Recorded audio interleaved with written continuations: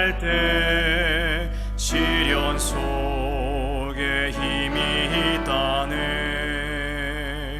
우리 하나님의 말씀 믿어 걱정 근심 하나도 없네.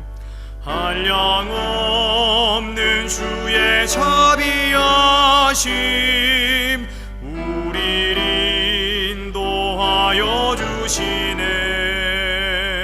슬픔 있는 곳에 기쁨 주며 고통 중에 평화 주시네.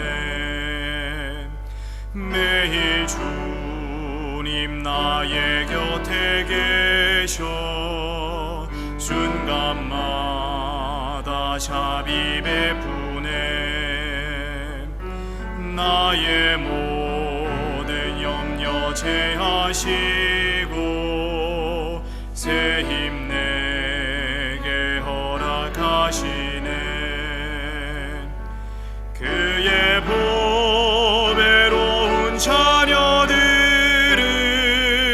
몸소 보호하여 주시며 끝날까지 함께 하실 것을 주님 친히 약속하셨네. 주님 내가 시련 당할 때에 주의 약속 믿게 하소서. 하나님의 말씀 의지하여 위로 얻게 하여 주소서. 주여 어려운 일 당할 때에 주의 귀한 손길 펴시사 하루하루 도와주옵소서. 전국 문에 이를 때까지.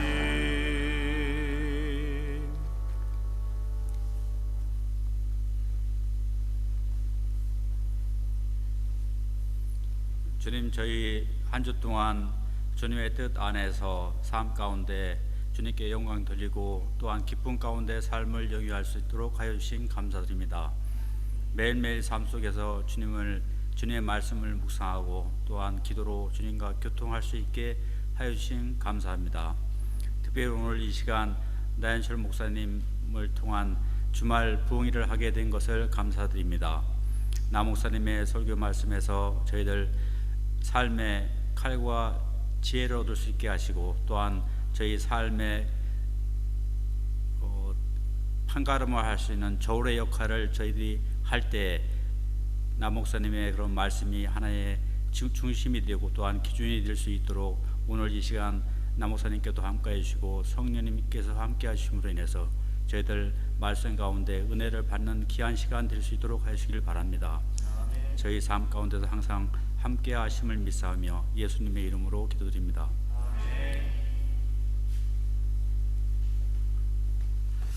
성도님들 다시 한번 인사드리겠습니다. 안녕하셨습니까? 네, 감사합니다. 오늘 특별히 우리 시간은 주말 부흥의 시간으로 진행됩니다. 특별히 금요일 저녁에 우리가 위에서 예배드린 경험이 없었는데 오늘 특별히 이 주말 부흥회로 인해서 위에서 예배를 드리는 것은 아니지만 어떤 환경이 그럴 수밖에 없어 이렇게 드리게 됐지만 또 우리가 이 특별한 장소에서 또 함께 말씀을 나누고 은혜를 나누고 할 때 우리 모두의 은혜가 넘치는 시간이 되었으면 좋겠습니다.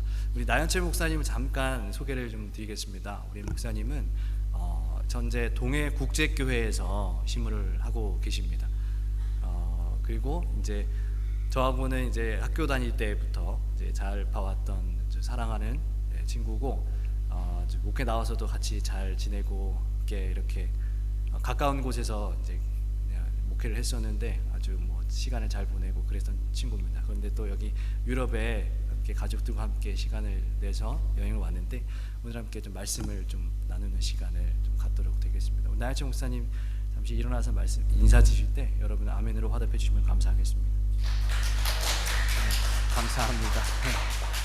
네, 그러면 오늘 둘째 찬미는 생략하고 오늘 목사님 말씀 듣고 우리가 함께 은혜를 나누는 시간 갖도록 하겠습니다. 네.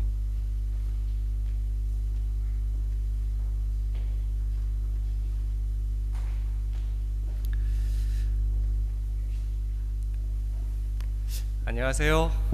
네, 특별한 가족 계획이 있어서 저기 독일을 방문하게 되었습니다. 방문하는 중에 이제 반가운 우리 하정수 목사님 교회에서 말씀을 전할 수 있도록 허락해 주신 여러 성도님들께 감사 인사드립니다. 특별히 제가 독일행 비행기를 처음 타봤습니다. 이번에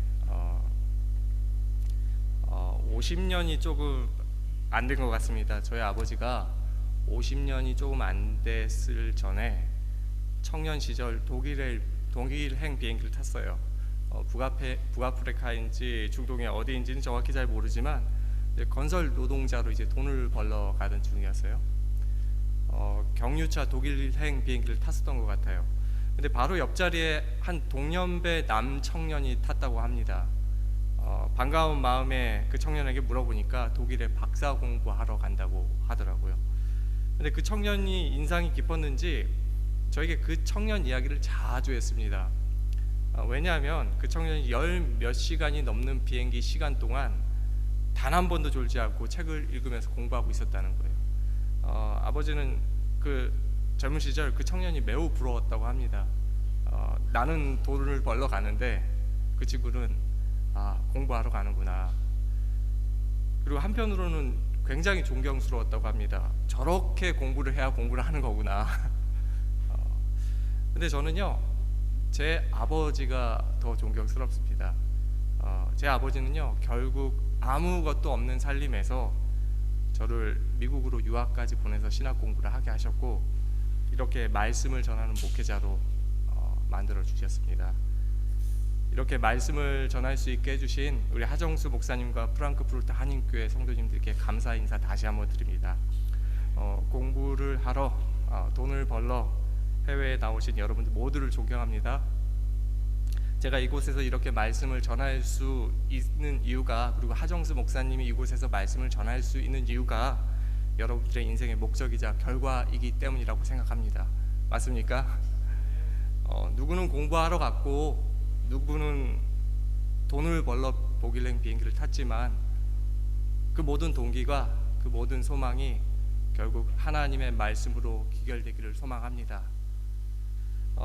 특별히 이번 주말 동안 어떤 말씀을 전할까 고민하다가 내 몸에 예수의 흔적이 있는가라는 주제를 가지고 말씀을 나누려고 합니다. 특별히 오늘은 사랑의 흔적이라는 제목을 가지고 나누려고 하고요. 내일은 예수의 흔적이란 말씀을 가지고 말씀을 나눠보려고 합니다. 우리 다 같이 하나님의 말씀 창세기 25장 21절에서 26절 보도록 하겠습니다. 제가 읽도록 하겠습니다. 이삭의 아내 리브가가 임신하였더니 그 아들들이 그의 태 속에서 서로 싸우는지라. 그가 이르되 이럴 경우에는 내가 어찌할꼬 하고 가서 여호와께 묻자온데 여호와께서 그에게 이르시되 두 국민이 내 태 중에 있구나. 이 족속이 저 족속보다 강하겠고 큰 자가 어린 자를 섬기리라 하셨더라. 그 해상 기한이 찬즉 태에 쌍둥이가 있었는데 먼저 나온 자는 붉고 전신이 터록 같아서 이름을 에서라 하였고 후에 나온 아우는 손으로 에서의 발꿈치를 잡았으므로 그 이름을 야곱이라 하였으며.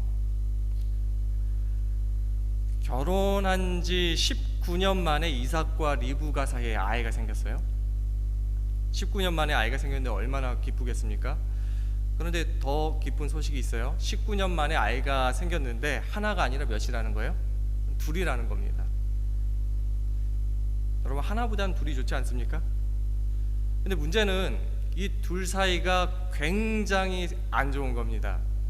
이 쌍둥이가 엄마 뱃속에서부터 싸우는 거예요. 여러분, 쌍둥이가 태 속에서 싸우는 거 본 적 있습니까? 여러분, 이게 어떤 장면인 줄 아십니까?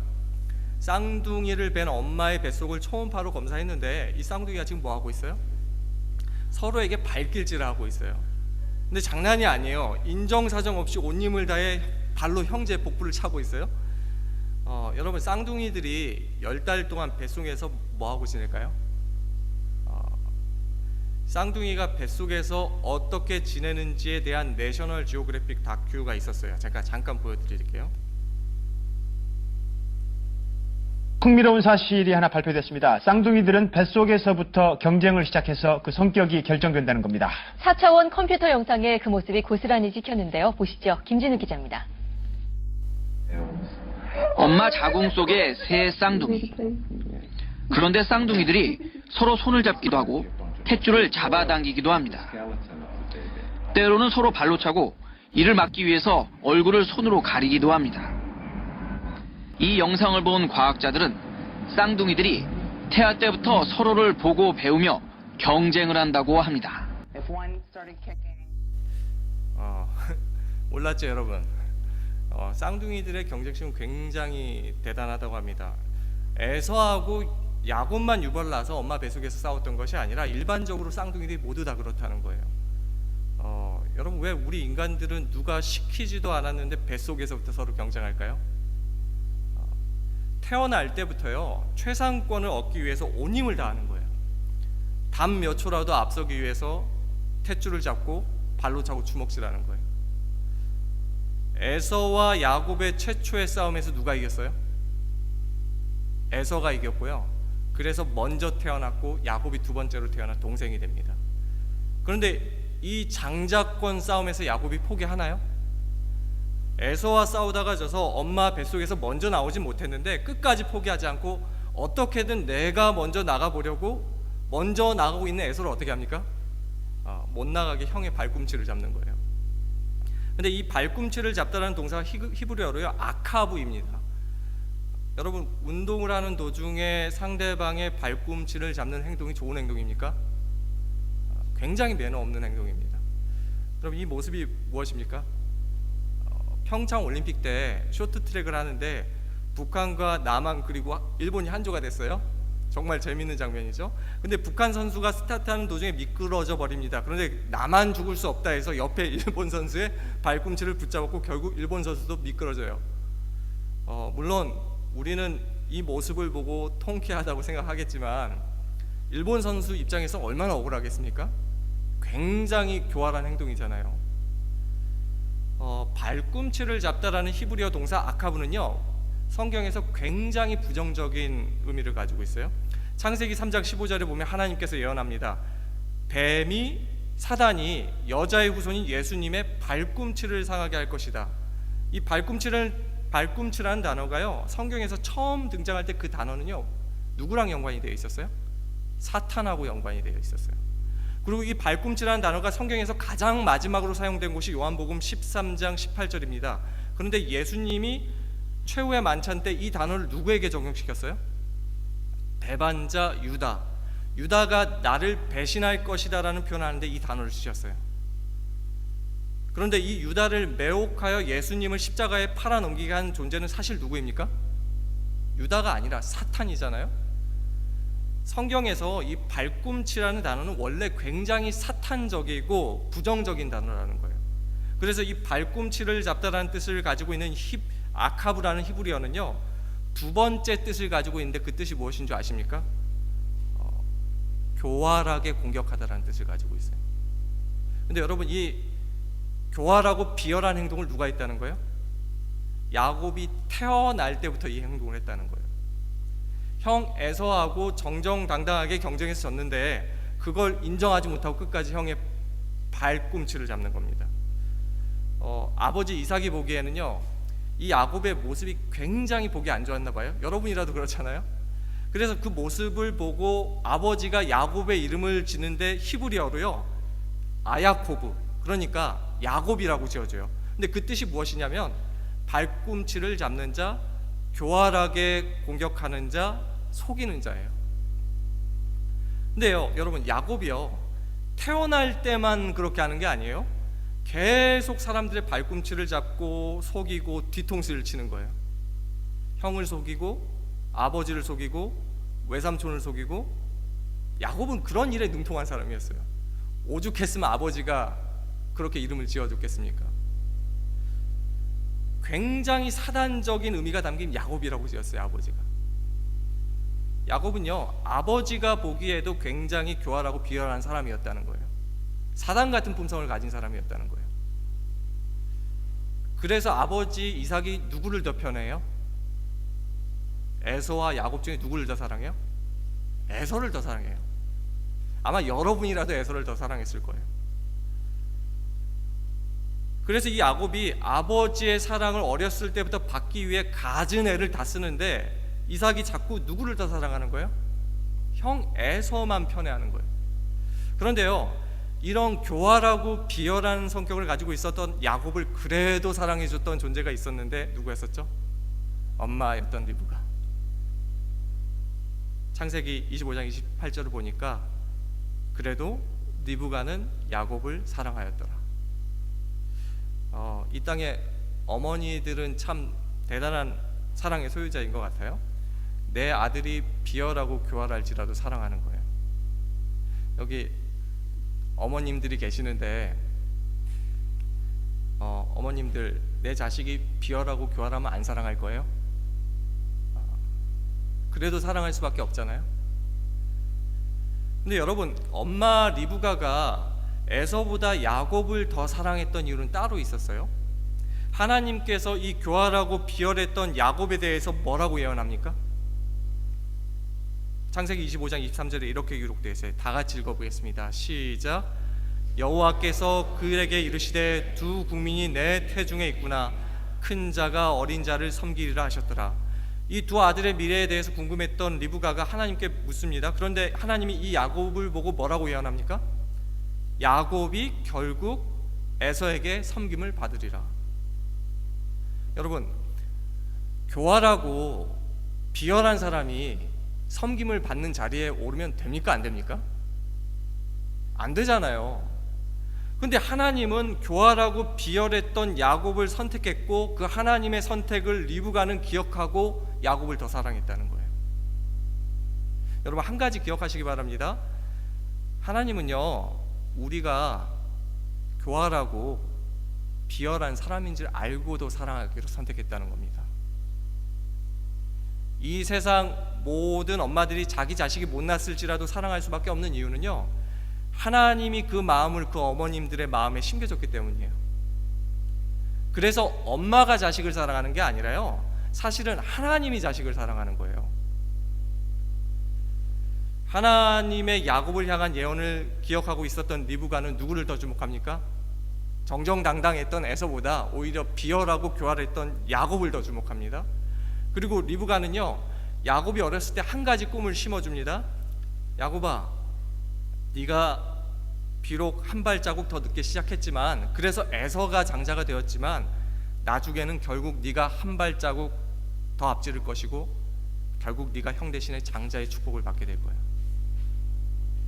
근데 여러분, 이게 가능합니까? 상식적으로 가능한가요? 둘째로 태어났는데 어떻게 장자의 축복을 받습니까? 형이 죽지 않는 한 절대로 불가능한 일이잖아요. 평범한 사람이라면 이 바꿀 수 없는 현실을 수긍할 텐데 이 야곱은 포기해요? 안 포기해요? 그래서 첫 번째로 야곱이 어떻게 행동합니까? 다 같이 창세기 25장 29절 말씀 보겠습니다. 다 같이 읽어보겠습니다. 시작. 야곱이 죽을 쑤었더니 에서가 들에서 돌아와서 심히 피곤하여 야곱에게 이르되 내가 피곤하니 그 붉은 것을 내게 먹게 하라 한지라. 야곱이 이르되 형의 장자의 명분을 오늘 내게 팔라. 에서가 이르되 내가 죽게 되었으니 이 장자의 명분이 내게 무엇이 유익하리요? 에서가 맹세하고 장자의 명분을 야곱에게 판지라. 여러분, 다들 아는 것처럼 에서는 장자의 축복을 좋아했나요? 싫어했나요? 이스라엘 장자의 특권에는요, 다른 자식들보다 재산을 2배나 받는 특권이 있었어요. 그런데 2배를 주는 데는 그 이유가 있었겠죠. 재산을 2배를 주는 대신에 그 집안에 무슨 역할을 해야 되는 거예요? 대제사장 역할을 해야 되는 거예요. 집안의 영적 지도자 역할을 해야 되는 거예요. 그래서 에서는 돈은 2배로 받고 싶은데 뭐는 하기 싫은 거예요? 교회 가서 맨날 예배 드리는 거는 싫은 거예요? 하나님과 교통하며 설교 준비하고 이런 것보다는 그냥 나가서 놀고 싶은 거예요. 그런데 이걸 누가 포착하는 거예요? 야곱이 포착하는 거예요. 그래서 때를 기다립니다. 그리고 형이 정말 곤란하다 싶을 순간에 덫을 놔서 장자의 특권을 자기에게 팔도록 유도하고 성공합니다. 근데 여러분, 문제는 뭡니까? 형한테 장자의 특권을 샀지만 누가 인정 안 하는 거예요? 아버지 이삭이 인정하지 않는 거예요. 장자의 특권을 판다는 것도 말이 안 되지만요, 특별히 아버지 이삭이 에서를 너무 좋아해서 팔 수 있다고 해도 그걸 허락할 마음이 전혀 없는 거예요. 그래서 어머니인 리브가가 여러 번 설득하는데 아버지인 이삭이 어떻게 합니까? 부조화 선지자 178페이지에 이렇게 기록되어 있습니다. 다 같이 한번 읽어보겠습니다. 시작. 리브가는 하나님의 약속의 상속을 야곱을 위한 것이라고 확신하였다. 그 여자는 천사의 말을 여러 번 이삭에게 말하였으나 아버지의 애정은 장자에게 집중되었고 그는 자신의 의도를 굽히지 않았다. 여러분, 이제 야곱이 어떻게 해야 합니까? 장자의 특권을 포기해야 합니까? 창세기 27장 18절 보겠습니다. 야곱이 아버지에게 나아가서 내 아버지여 하고 부르니 이르되 내가 여기 있노라. 내 아들아 네가 누구냐? 야곱이 아버지에게 대답하되 나는 아버지의 맏아들 에서로소이다. 내가 사냥한 고기를 잡수시고 아버지 마음껏 내게 축복하소서. 이삭이 죽을 날이 얼마 남지 않았을 때 야곱이 장자의 축복을 받기 위해서 그 아들 에서로 하여금 사냥하여 고기 요리를 바치게 합니다. 근데 여러분, 야곱이 어떻게 합니까? 형이 도착하기 전에 형처럼 분장하잖아요. 에서 형은 손에 털이 많은데 자기 손에다가 양털을 붙이잖아요. 그리고 목소리를 에서처럼 걸걸하게 만들어 성대모사를 합니다. 늙어서 눈이 어두운 이삭은 깜빡 속죠. 여러분, 근데 죽어가는 아버지 앞에서 이렇게 교활하게 연기해가면서까지 장자의 축복을 받아야 합니까? 굉장히 사단 같은 행동이에요. 여러분, 내 양심을 어겨서라도 갖고 싶었던 거 있었어요? 야곱은 왜 이렇게 해서까지라도 장자의 축복을 받고 싶어 했을까요? 왜 형과 아버지를 속이면서까지 이렇게 해야 했을까요? 부조화 선지자 178페이지에 이렇게 기록되어 있더라고요. 다 같이 읽어보겠습니다. 시작. 그가 갈망한 것은 아버지의 재산을 소유하는 것이 아니었다. 영적 장자의 명분이 그가 바란 대상이었다. 하나님과 교통하는 일, 자신과의 가족을 위하여 속죄 제물을 드리는 일, 택하신 백성과 약속된 메시아의 조상이 되는 일, 언약의 축복이 포함된 영원한 나라를 유업으로 얻을 일 등이 그가 획득하고자 열망하는 특권과 명예였다. 여러분, 야곱이 장자가 되고 싶어 했던 그 동기가 순수했습니까? 아주 순수하잖아요. 근데 여러분, 문제가 뭐였어요? 방법이 잘못됐잖아요. 제가 중학교 3학년 겨울에 제주도에서 살던 제가 고향이 제주도거든요. 제주도에서 살던 제가 서울에 있는 한국36고등학교에 진학을 결정하고 면접 시험을 보기 위해서 서울로 올라갔어요. 근데 제가 제일 멀리서 먼저 보러 왔다고 해서 1번으로 면접을 볼 수 있는 특권을 준 겁니다. 빨리 집에 가라고요. 그래서 면접을 보러 들어갔는데 교목 목사님이 있었고 교감 선생님과 선생님 한 분, 이렇게 세 분이 있었어요. 근데 제 주소지를 보더니 이분들이 저를 빨리 보내야겠다고 생각했는지 면접인데 딱 질문 하나만 하더라고요. 어떤 질문이었을까요? 나연철 군, 자네는 꿈이 뭔가? 여러분, 제주도 촌놈이 서울까지 유학을 왜 갔겠습니까? 공부 잘해서 좋은 대학 가보려고 그런 거 아닙니까? 근데 그렇게 솔직히 대답할 수는 없잖아요. 제가 어떤 대답을 해야 할까 고민하던 찰나에 갑자기 머리에 한 가지 스치는 완벽한 대답이 생각났고 자신 있게 대답했어요. 제가 뭐라고 대답했을까요? 저는 목사가 되어서 사람들에게 하나님의 복음을 전하고 싶습니다. 여러분, 생각을 해보세요. 한국36고등학교의 첫 번째 면접을 보는 학생이 목사가 되어서 하나님의 복음을 전하겠다고 큰 소리로 대답했는데 이 목사님과 선생님도 얼마나 감동받았겠습니까? 그런데 여러분, 솔직히 저는요, 정말로요, 그때까지 목사가 되겠다는 마음이 없었어요. 그냥 합격하고 싶어서 대답한 거예요. 근데 여러분, 이제 어떡합니까? 목사가 된다고 이미 공언을 해버렸고 제가 물을 수는 없고요. 제가 고등학교 1학년 때부터 목사가 어떻게 되는지 알아보기 시작을 했어요. 일단 신학과를 가야 한대요. 근데 그의 한국삼립고등학교 신학과에서 입학한 선배들이 공부를 굉장히 잘하는 선배들이었어요. 근데 어떤 선배는 수능 시험을 굉장히 잘 받았는데 신학과에 떨어졌대요. 제가 그 소식을 듣고 쫄았어요.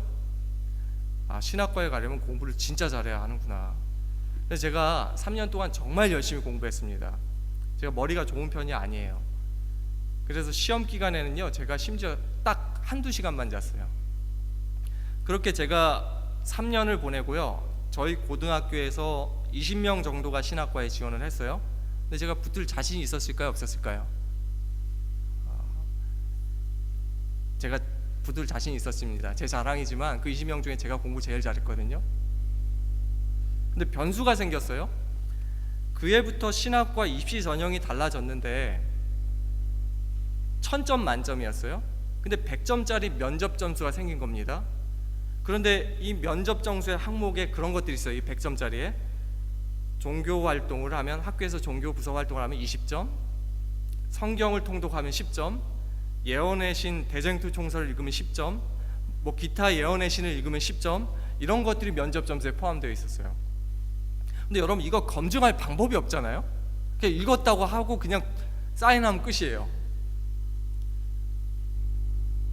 독후감을 제출하라고 한 것도 아니었어요. 그냥 표시만 하래요. 근데 문제는요, 저는 그때까지 하나도 읽어본 적이 없었거든요. 근데 발등에 불이 떨어졌어요. 6개월 남았는데 성경책을 읽기 시작하고 대쟁투 총서를 읽기 시작하고 예언의 신을 읽기 시작하는데 제가 속독을 어떻게 했을까요? 다다다다다 하고 읽는데 내가 책을 읽는 건지 책이 내가 읽는 건지 때로는 졸면서 뭔 내용인지 모르고 그냥 읽는 거예요. 이해는 나중에 신학과 가서 하고 일단 어떻게든 빨리 읽어버리자. 제가 처음에는 소리 내면서 빨리 읽다가 나중에는 이것도 느리다는 느낌에 제가 어떻게 읽었을까요? 눈으로 이렇게 슉슉 하고 넘기고 슉슉 하고 넘기고. 근데 그렇게 제가 읽었는데도요, 성경책을 겨우 하나밖에 못 읽었고요, 100점 거저 먹으라고 줬던 면접 점수를 저는 몇 점만 얻었을까요? 30점밖에 못 얻었습니다. 그런데 30점이라도 채웠는데 얼마나 다행입니까? 빵점은 아니잖아요.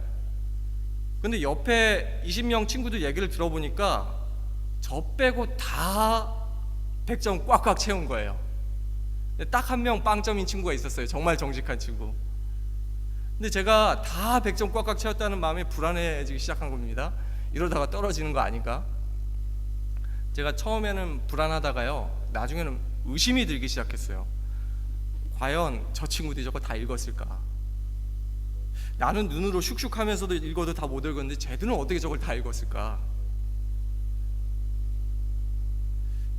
저는요, 시기심에 결국 저 중에 몇몇은 거짓말한 게 분명하다고 결론을 내렸어요. 여러분, 그런데 저도 사실 제대로 읽은 건 아니잖아요. 하나님의 말씀을 이해하기 위해 읽은 것이 아니라 합격을 위해서 읽었기 때문에 하나님의 말씀을 대충 건성건성 읽었잖아요. 안 읽었는데 읽었다고 뻥친거나 그거나 뭐가 다르겠습니까? 그거나 이거나 하나님을 기만한 건 마찬가지잖아요. 여러분, 아무리 동기가 순수하면 뭐합니까? 수단이 정당하지 못하면요, 그건 기만이고 분명한 사기입니다. 수단이 정당하지 못하면요, 그걸 보는 사람은 동기를 의심할 수밖에 없어요. 그래서 아무리 동기가 순수하다고 하더라도 수단이 너무 비열했기 때문에, 야비했기 때문에 그 방법은 절대로 쓰면 안 되는 거예요. 그래서 에서가 어떻게 합니까?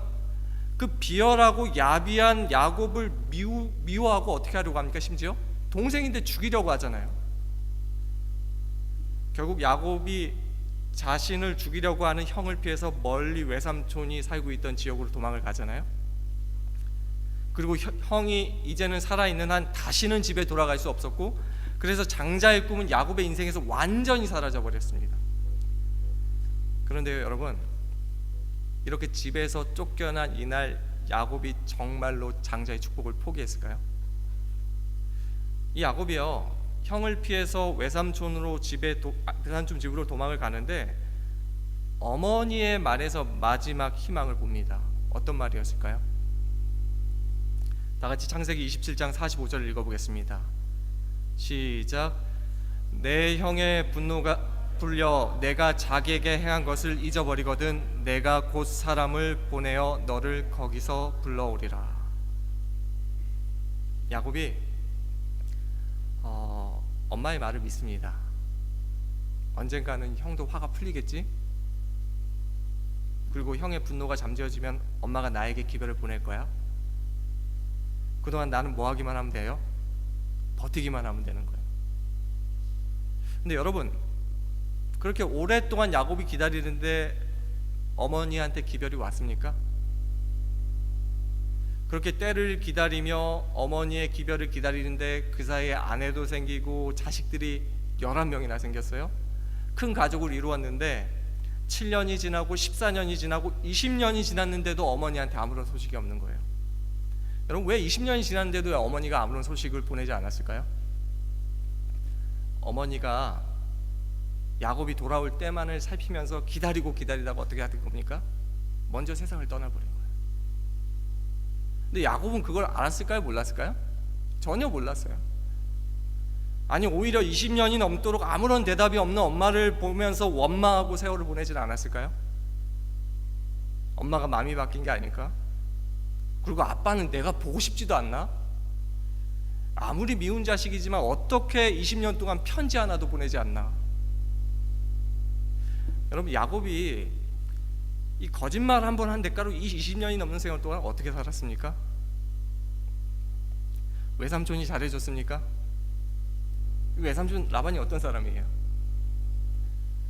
부자선지자 189페이지에 이렇게 기록되어 있어요. 이기적이고 욕심 많은 외삼촌 라반, 친족 간의 유대는 돌아보지 않고 그들에게서 오는 관계에서 오는 모든 이익을 자기 자신만이 취하였다. 알다시피 이 외삼촌 라반도 사기꾼 같은 사람이었잖아요. 조카를 뭐처럼 부려먹는 거예요? 노예처럼 부려먹는 거예요. 무려 20년 동안. 근데 어떻게 부려먹었나? 창세기 31장 38절에 이렇게 기록되어 있습니다. 우리 다 같이 번갈아 가면서 읽어보겠습니다. 제가 먼저 읽을게요. 내가 이 20년을 외삼촌과 함께 하였거니와 외삼촌의 암양들이나 암염소들이 낙태하지 아니하였고 또 외삼촌의 양떼의 순양을 내가 먹지 아니하였으며 물려 찢긴 것을 내가 외삼촌에게로 가져가지 아니하고 낮에 도둑을 맞았든지 밤에 도둑을 맞았든지 외삼촌이 그것을 내 손에서 찾았으므로 내가 그것을 보충하였으며 내가 이와 같이 낮에는 더위와 밤에는 추위를 무릅쓰고 눈 붙일 겨를도 없이 지냈나이다. 내가 외삼촌의 집에 있는 이 20년 동안 외삼촌에게 봉사하였거니와 외삼촌께서 내 품삯을 10번이나 바꾸셨으며 우리 아버지의 하나님이 나와 함께 계시지 아니하였다면 외삼촌께서 이제 나를 빈손으로 돌려보내셨으리이다. 그럼 길지만 간단히 말하면 삼촌이 야곱을 어떻게 부려먹었다는 거예요? 낮에도 밤에도 잠도 못 자게 하면서 20년 동안 일만 시키고 돈 한 푼도 안 줬다는 거예요. 누가요? 외삼촌이요. 결국 참지 못한 야곱이 어떻게 합니까? 어머니로부터 기별이 없다고 할지라도 더 이상 견딜 수가 없어서 이제는 집으로 돌아가야겠다. 그런데 이 집으로 돌아가는 과정에서 또 뭐가 나와요? 옛날 버릇이 나와요. 어떻게 할까 고민하다가 또 잔머리를 써요. 라반이 외주로 출타한 틈을 타서 몰래 야반 도주를 합니다. 성공했습니까? 열흘 만에 외삼촌의 군대의 추격을 받고 잡히게 돼요. 교활하게 잔머리 굴리다가 또 죽게 된 거예요. 근데 다행히요, 이번에는 하나님이 라반의 꿈에 나타나셔서 야곱을 가만히 두어라. 그래서 라반이 야곱을 그냥 보내줍니다. 그리고 그가 20년간 일군 재산들도 다 가지고 가게 허락합니다. 하나님 때문에요. 근데 여러분, 이 20년 동안 모든 잠도 잤지 못하면서 얻은 이 모든 재산을 가지고 고향으로 돌아가는데 고향에 가까이 다가가면 다가갈수록 야곱의 마음이 뭐 하는 거예요? 답답해지는 거예요. 외삼촌에게서 떠날 때는 속 시원했는데 생각해 보니까 라반보다 더 무서운 에서 형이 고향에서 기다리고 있는 거예요. 자기를 노예처럼 부린 외삼촌도 싫은데 형은 지금 자기를 죽이려고 하고 있잖아요. 근데 그 자기를 죽이려고 하는 그 형의 마음이 20년이 지났지만 어떻게 변했는지 도무지 알 수 있는 방법이 없는 거예요. 그래서 이 야곱이 또 어떻게 합니까? 또 옛날 버릇 나오죠. 또 머리를 씁니다. 어떻게 합니까? 창세기 32장 4절을 보겠습니다. 다 같이 읽어보겠습니다. 시작. 야곱이 세일 땅 에돔들에 있는 형 에서에게로 자기보다 앞서 사자들을 보내며. 야곱이 형을 만났는데 사자를 먼저 보내요. 친족인 형을 만나는데 직접 갑니까? 아니면 다른 사람을 보냅니까? 진짜 이상한 상황이잖아요. 근데 더 이상한 건 에서예요. 에서는 동생 야곱을 만났는데 누구하고 같이 와요? 6절에 이렇게 기록되어 있어요. 사자들이 야곱에게 돌아와 이르되 우리의 주인의 형 에서에게 이른즉 그가 400명을 거느리고 주인을 만나려고 오더이다. 야곱이 20년 만에 집에 돌아가는데 형이 군대 400명을 이끌고 오고 있는 거예요. 이거 무슨 신호입니까? 20년이 지났지만 여전히 야곱을 죽이려고 한다는 거예요. 그래서 야곱이 어떻게 합니까? 또 교활하게 머리를 쓰는 거예요. 어떻게 합니까? 7절에 이렇게 기록되어 있습니다. 다 같이 읽어보겠습니다. 시작. 야곱이 심히 두렵고 답답하여 자기와 함께한 동행자와 양과 소와 낙타를 두 떼로 나누고. 야곱이 형이 군대를 이끌고 온다는 그 소식을 듣고 자신의 가족과 가축들을 두 무리로 나눠요. 왜요? 여차해서 앞쪽이 공격받으면 뒤쪽은 뭐 하려고요? 도망가려고요. 근데 문제는 여러분, 야곱이 어디로 도망가야 합니까? 북쪽에서 도망왔는데 다시 북쪽으로 갈 수는 없고, 동쪽은 사막이고요, 서쪽은 바다고요, 남쪽은 형이 400명의 군대 패거리를 몰고 오는데 아무리 생각해봐도 도망갈 데가 없는 거예요. 그래서 야곱이 어떻게 합니까? 절박한 나머지 또 옛날 버릇 나와서 교활하게 머리를 씁니다. 어떻게 합니까?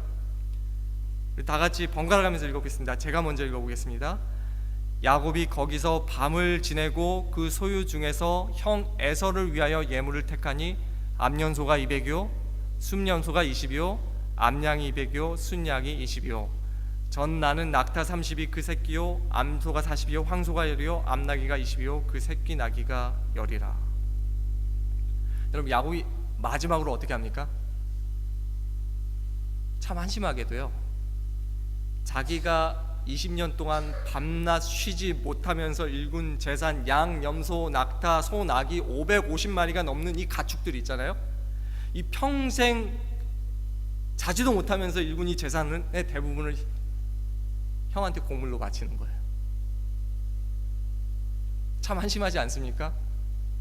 이 재산 지키고 싶어서 라반으로부터 도망왔는데 이제는 목숨 하나만이라도 지켜보고 싶어서 이 재산을 뭐 하는 거예요? 형한테 다 바치는 거예요. 그런데도 이 야곱이 불안한 거예요. 그래서 또 머리를 씁니다. 어떻게 썼습니까? 다 같이 읽어보겠습니다. 시작. 그것을 각각 때로 나누어 종들의 손에 맡기고 그의 종에게 이르되 나보다 앞서 건너가서 각 때로 거리를 두게 하라 하고 그 둘째와 셋째와 각 때를 따라가는 자에게 이르되 너희도 에서를 만나거든 꼭 이같이 그에게 말하고. 이제는요, 야곱이 진짜 정말로 그의 인생 마지막 모략을 짭니다. 어떻게 합니까? 재산을요, 셋대로 나눠서 차례대로 형에게 보내기로 선택합니다. 그 이유는 첫 번째, 급한 성격의 형의 진격 속도를 줄이기 위해서. 두 번째, 양을 나눠서 더 많아 보이게 하려고. 그리고 마지막 세 번째로 혹시라도 앞이 공격당하면 지푸라기라도 잡는 심정으로 자기 혼자 도망가려고요. 여러분, 야곱 인생 참 비루하지 않습니까? 여러분, 이때 야곱의 심정이 어땠을까요? 속이고, 평생 속이고 기만하고, 밤낮 잠도 못 자고 일하고 또 속이고 기만하다가 결국은 평생 노력해왔던 그 모든 꿈이 한순간에 다 수포로 돌아가 버렸던 그 순간, 야곱의 심정은 어땠을까요? 여러분, 이 야곱처럼 종일토록 수고하고 피땀 흘려 일군 모든 것을 다 잃어버렸던 경험이 있습니까? 타이타닉호 아시죠? 1912년 영국 사우스햄프턴 항을 지나 미국의 뉴욕항으로 향하던 이 배가 항해 동주 빙산의 충돌에 침몰했어요. 근데 그날 1,500명의 사람들이 대서양 차가운 밤바다에 죽었습니다. 근데 여러분, 많은 사람들이요, 이 타이타닉호에 대해서 모르는 사실이 있는데요, 이 배의 가장 밑바닥 최하층에는요, 부푼 꿈을 안고 자기의 모든 재산을 팔아서 이 비싼 배표를 샀던 약 700명의 이민자들이 타고 있었어요. 그 중에는 몰래 승선한 사람도 있었어요. 그래서 이들은 배들이 침몰할 때 구명 보트에 오를 자격이 없었어요. 대부분이 아니라 거의 다 죽었어요. 근데 아무도 몰라요, 그 최하층 밑바닥에 그 사람들이 있었다는 걸요. 여러분, 얼마나 억울했을까요? 근데 이 배가 침몰할 때 이 아무도 몰라주는 이들을 위해서 침몰하는 배에서 탈출을 포기하고 연주를 해준 음악가들이 있어요. 이 8명의 연주가들은 이성을 잃은 승객들을 진정시키고 위로하기 위해 음악을 연주하기 시작했는데, 그 음악은요, 다름 아닌 찬미가였습니다. 근데 여러분, 그 찬미가 무엇인 줄 아십니까?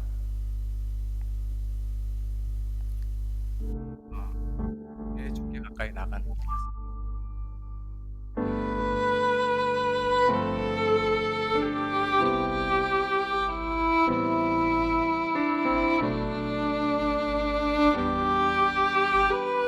가까이 나가는 길 십자가 진처럼 보십니다. 그 일생 소원은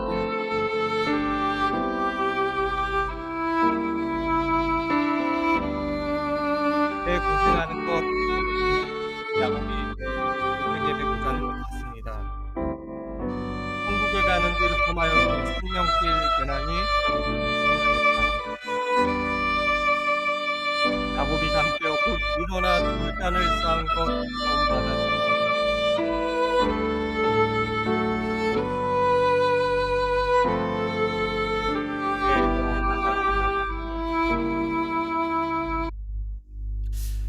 여러분, 우리가 야곱에 대해서 한 가지 잘 모르는 사실이 있어요. 야곱이 이날요, 모든 가솔들을 이끌고 고향으로 돌아왔을 때 야곱의 나이가 몇 살이었는지 아세요?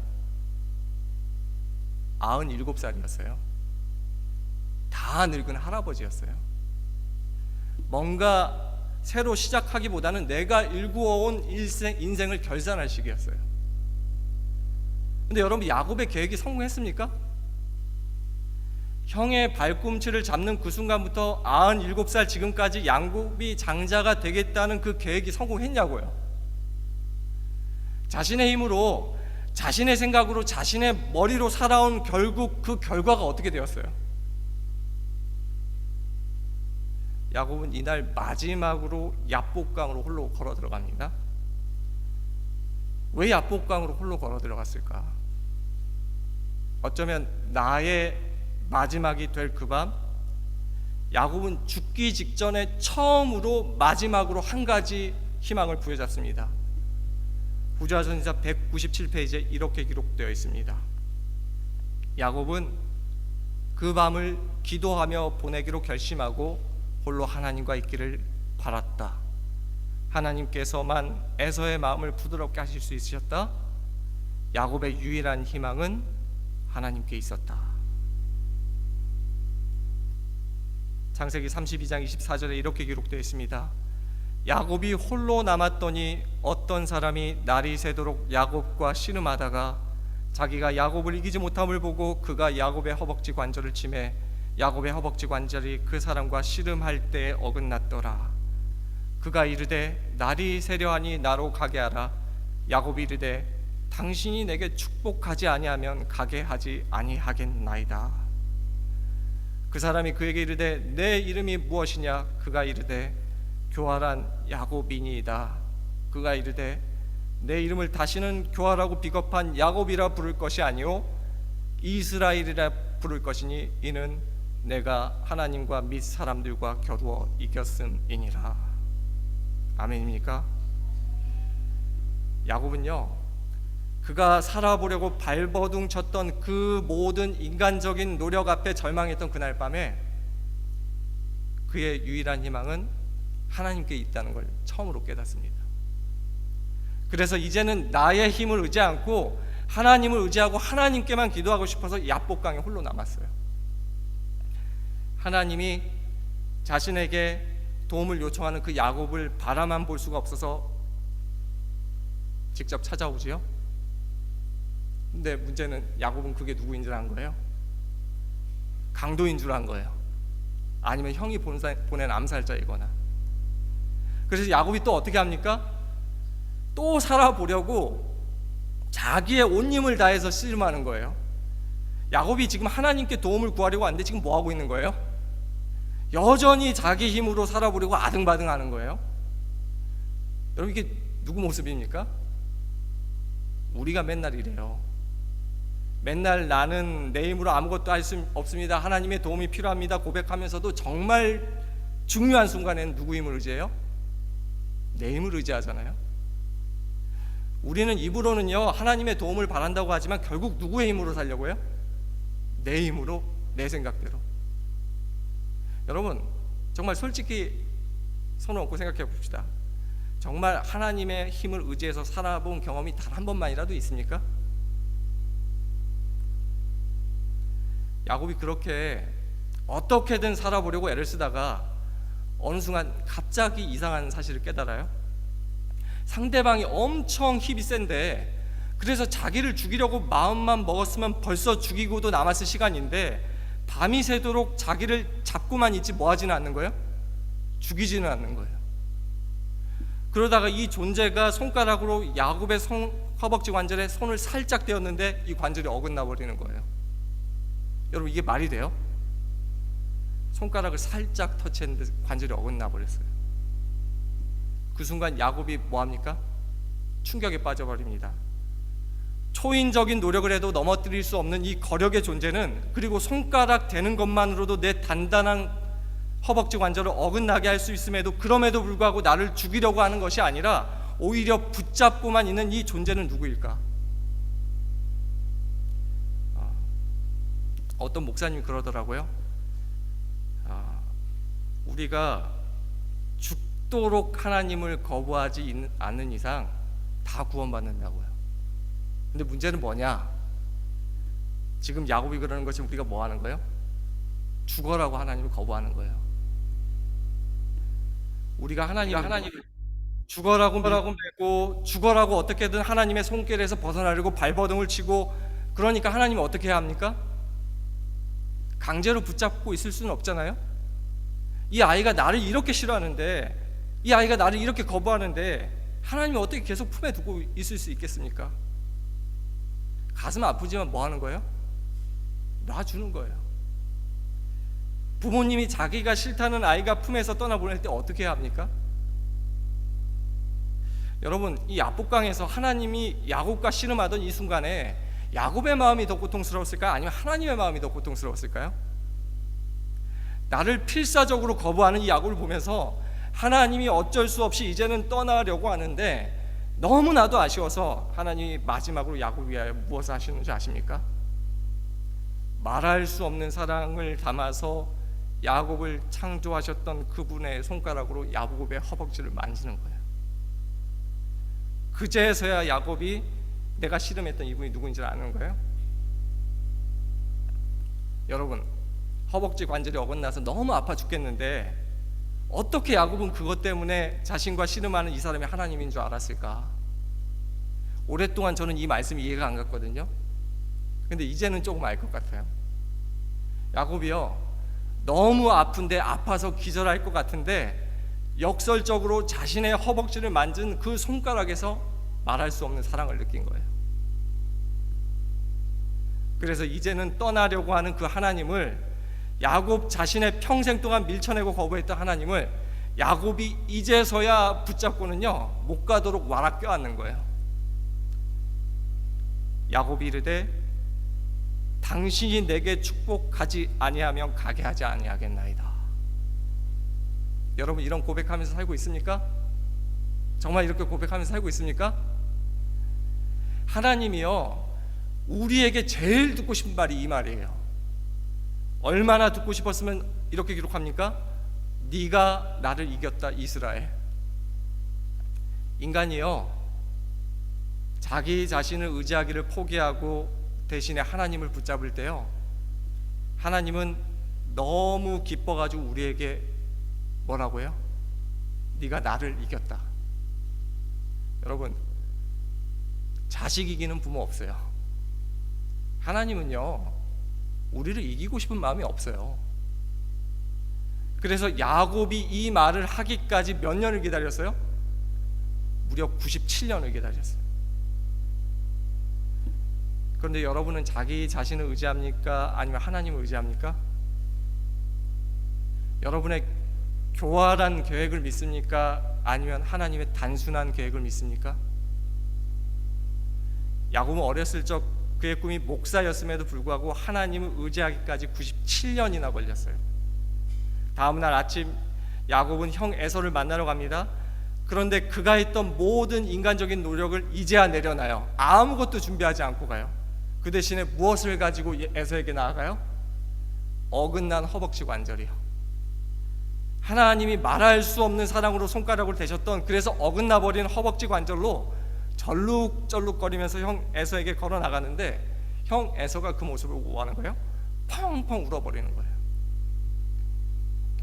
여러분, 우리 인생 절룩절룩거리지만 만약에 그 절룩거림 속에 하나님의 사랑이 담겨 있다면 어떨까요? 원수의 마음도 녹일 수 있다는 겁니다. 여러분, 인생 지금 절룩거리고 있습니까? 그럴 수 있어요. 근데 어쩌면요, 나를 고통스럽게 하는 그 절룩거림이요, 하나님이 나를 사랑하지 않는다는 증거가 아니라, 하나님이 나를 내버려 두었다는 증거가 아니라, 하나님이 오히려 나를 도저히 포기할 수 없어서 말할 수 없는 사랑으로 만지셨다는 증거일 수도 있어요. 여러분, 부디 그 인생의 절룩거림 속에서 하나님의 사랑을 발견할 수 있게 되기를 간절히 바랍니다. 그리고 이제는 죽도록 하나님을 밀쳐내고 죽어라고 어떻게든 하나님의 손길에서 벗어나려고 발버둥 치는 게 아니라, 오히려 하나님, 야곱처럼 하나님을 와라 껴안고 붙잡게 되기를 간절히 바랍니다. 청년 지도자에 나와 있는 글을 우리 다 같이 한번 읽어보겠습니다. 시작. 야곱이 자신의 힘으로 승리를 얻으려고 애쓸 때에는 두렵고 고통스러웠다. 그는 그 거룩하신 손님을 적으로 잘못 생각하고 그의 힘이 다 없어질 때까지 싸웠다. 그러나 그가 하나님의 자비에 자신을 내어 던졌을 때 그는 원수의 손에 있는 것이 아니라 무한하신 사랑의 팔에 안겨 있다는 것을 알게 되었다. 야곱은 자신의 힘으로 싸워서 얻으려다 얻은 것은 자신을 내맡기고 신뢰하는 신앙에 의해서였다. 이래하여 하나님께서는 하나님의 은혜와 능력만이 그가 갈망하던 축복을 그에게 줄 수 있다는 것을 당신의 종에게 가르치셨다. 야곱은 절룩거렸지만 그 절룩거림 속에 하나님의 사랑이 담겨 있었기 때문에 그 모습이 형 에서의 마음을 녹였고, 야곱을 자기가 절대로 갈 수 없었던 그곳에 도달할 수 있었어요. 그리고 절룩거릴 때마다 절룩거리는 그 매 발걸음이요, 야곱으로 하여금 매번 상기시켜주고 있었던 것이 있었는데, 이 절룩거리는 발걸음 속에 하나님이 나를 이끌어 주시고 계신다. 나는 나의 힘으로 걷는 것이 아니다. 이 사실을 기억하게 되길 바라면서 오늘 말씀 마치도록 하겠습니다.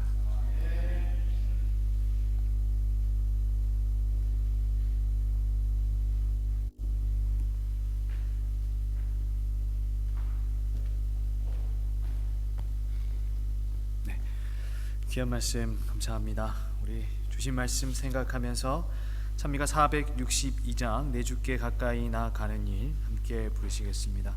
찬미가 462장 찬미 후에 말씀 주신 나연채 목사님 기도로 오늘 예배를 마치겠습니다.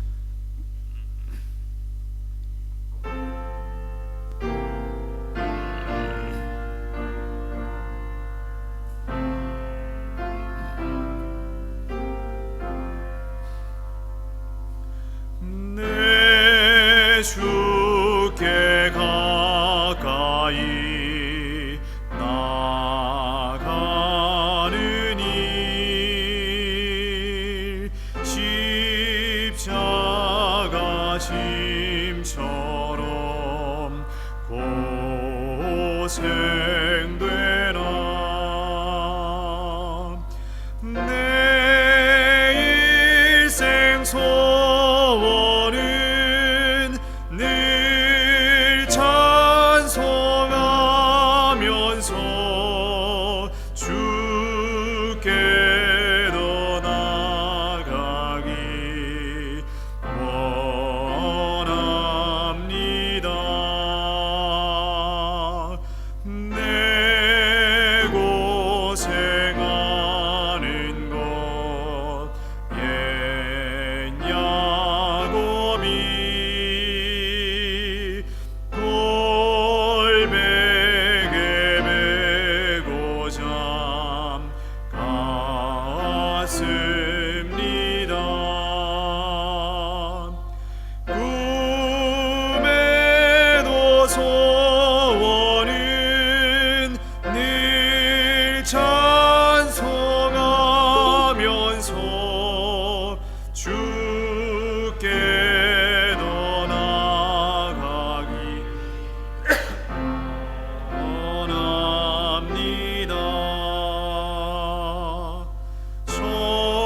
천국에 가는 길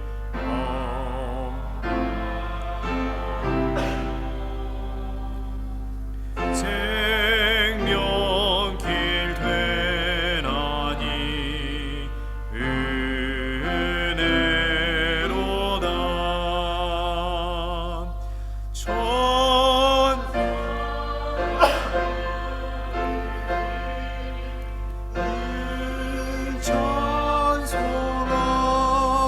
찬송하면서 주께 더 나아가기 원합니다.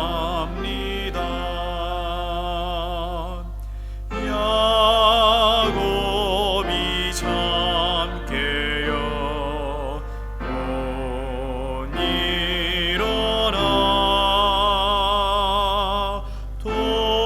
돌단을 쌓은 것 본받아서 숨질 때 되도록 늘 찬송하면서 주께 더 나아가기 원합니다.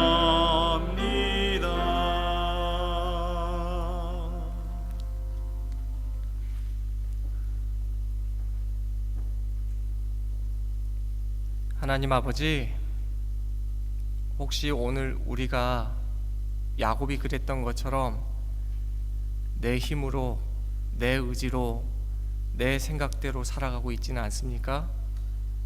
만약 그렇다면 야곱의 야복강의 경험이 오늘 우리의 경험이 될 수 있도록 도와주시옵소서.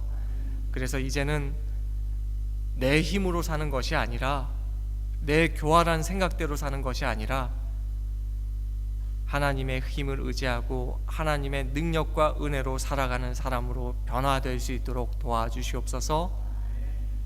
예수님의 이름으로 기도드립니다. 아멘.